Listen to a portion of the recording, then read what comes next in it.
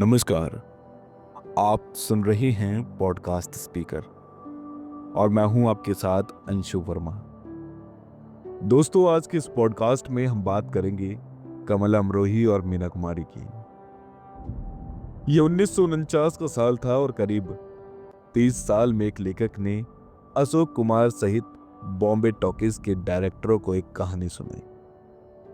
पुनर्जन्म और मोहब्बत की दास्तां पर आधारित इस कहानी को सुनने के साथ लेखक ने खुद ही इसका निर्देशन करने की पेशकश की। लेखक की जिद के सामने अशोक कुमार झुके और इसका नतीजा रहा बॉम्बे टॉकीज ही नहीं बल्कि भारतीय फिल्म के सबसे बड़ी क्लाइमैक्स फिल्मों में शुमार फिल्म महल का बनना। आएगा आएगा आएगा आने वाला गीत आज भी सुनने तो इस सस्पेंस थ्रिलर फिल्म को लेकर एक हुक सी पैदा हो जाती है। भारत की पहली हॉरर फिल्म के रूप में मशहूर हुई महल के असर का अंदाजा तब होता है जब आप इसके तर्ज पर बनी फिल्मों की लिस्ट देखते हैं। विमल रॉय की 1958 में बनी मधुमती, बिलेन नागा की 1962 में बनी 20 साल बाद और 1964 में बनी कोहरा, और इसी साल आई राज खोसले की वो कौन थी। इतनी फिल्मों के बाद भी ओरिजिनल महल का जादू फीका नहीं पड़ा। इस फिल्म की कहानी, संवाद और निर्देशन कमाल अमरोही का था, जो पिछले 10 सालों से फिल्मी दुनिया में संघर्ष कर रहे थे। हालांकि 1939 की सुपरहिट फिल्म पुकार के लिए उन्हें लेखक का काम किया था, लेकिन महल की कामयाबी ने पश्चिम उत्तर प्रदेश के अमरोहा से लाहौर के रास्ते मुंबई आए इस संजीदा लेखक को रातों रात सुपरस्टार का दर्जा दे दिया। महल फिल्म के कुछ संवाद तो आज भी लोगों की जुबान पर मौजूद होंगे। मुझे जरा होश में आने दो, मैं खामोश रहना चाहता हूं, या फिर स्लो पॉइजन अक्सर मीठे होते हैं और धोखे अक्सर हसीन होते हैं। महल ने ही मधुबाला और लता मंगेशकर को सुपरस्टार बनाया। I want you live the story of Madhubala में खतीजा अकबर ने लिखा है, अशोक कुमार और बॉम्बे टॉकीज के लोग इस फिल्म में सुरैया को लेना चाहते थे, लेकिन यह फिल्म के निर्देशन कमाल अमरोही थे, जिन्होंने 16 साल की मधुबाला को न केवल मौका दिया बल्कि पहली ही फिल्म में सुपरस्टार बना दिया। कमाल अमरोही की किस तरह से डायरेक्टर थे, इसका अंदाजा इससे भी लगाया जा सकता है कि उन्हें महल एक गाना मुश्किल है, बहुत मुश्किल है, महज एक सिंगल शॉट में फिल्मा लिया था। नसरीन मुन्नी कबीर की किताब लता मंगेशकर इन हर वॉइस में लता मंगेशकर ने कमाल अमरोही के संगीत की समझ की काफी तारीफें की हैं।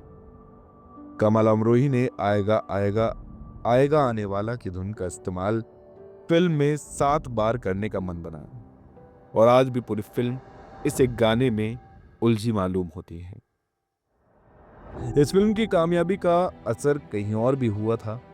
इसका जिक्र आउटलुक के संस्थापक संपादक विनोद मेहता ने अपनी पुस्तक Meena Kumari the classic biography में किया। विनोद मेहता ने लिखा है, एक अंग्रेजी पत्रिका देखते हुए मीना कुमारी की नजर एक तस्वीर पर पड़ी। ये तस्वीर कमाल अमरोही की थी और महल के बाद से हर स्टूडियो अपने यहाँ काम देना चाहता था। कहा जाने लगा कि उन्हें लाख रुपए तक ऑफर किए जा रहे थे, लेकिन मीना कुमारी को उस तस्वीर के साथ लेखक लिखा होना पसंद आया होगा। विनोद मेहता के मुताबिक कमाल अमरोही को लेकर ऐसा आकर्षण मधुबाला में भी था, लेकिन कमाल ने खुद मधुबाला में कोई दिलचस्पी नहीं ली थी। वहीं मीना कुमारी को उन्होंने अनारकली फिल्म के लिए साइन किया। हालांकि ये फिल्म पूरी नहीं हो पाई, लेकिन प्रोड्यूसर इस फिल्म का बजट कम रखना चाहते थे, जो कमाल को पसंद नहीं आया। कमाल अमरोही ने पूरे करियर के दौरान ये बात साफ देखने को मिली कि उन्होंने जो भी किया तबीयत से किया, पूरे इम्तिहान से किया और खर्चे की परवाह नहीं की। हालांकि इस दौरान मीना कुमारी एक सड़क हादसे की चपेट में आ गई और उन्हें पूना के अस्पताल में भर्ती कराया गया। कमाल अमरोही जब पहली बार उन्हें अस्पताल में देखने पहुंचे तो मीना कुमारी की छोटी बहन ने उन्हें बताया कि आपा तो मौसमी का जूस नहीं पिया रही हैं, लेकिन कमाल अमरोही के सामने मीना कुमारी ने झटके से जूस पी लिया। इसके बाद मीना कुमारी को देखने के लिए कमाल अमरोही सप्ताह के एक दिन मुंबई से पुणे आने लगा। कुछ ही दिनों में लगने लगा कि एक दिन की मुलाकात से दिल की बात नहीं हो पा रही है, तो फिर दोनों ने रोजाना एक दूसरे को खत लिखने का फैसला लिया।